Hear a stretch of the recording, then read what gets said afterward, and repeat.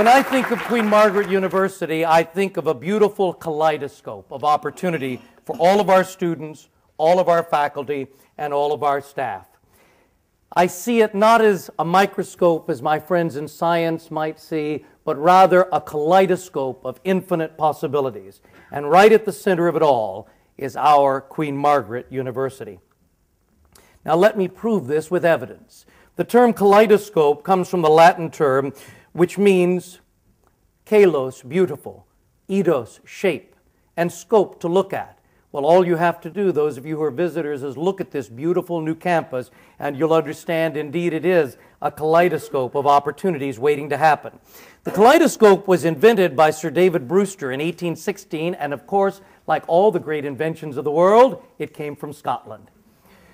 But he was not a very good businessman. In order for it to become profitable, he turned to Charles G. Bush 2 years later, an American. So don't you think it's appropriate, Principal, that an American is here tonight talking at a Scottish university?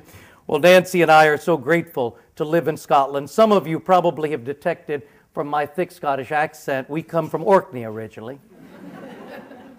No, Roger, we don't come from Orkney. People often say, were you kidnapped by the Americans 55 years ago? What happened? You know, the fact is that 2 years ago we had the great opportunity to move to this beautiful land, and we are so grateful for that opportunity every day of our lives, because we see everywhere around us kaleidoscopes of opportunity.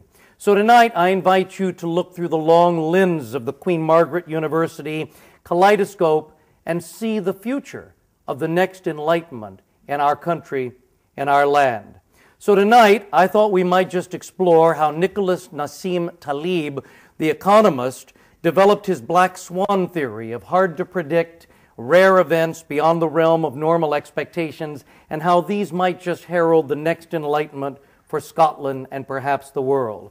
And how outliers, previous black swans, random events such as the tragic days of 11 September 2001, wars, major technological discoveries, and other events may indeed help design and produce our future events that will, as did the first Enlightenment in Scotland and in Edinburgh, change the world.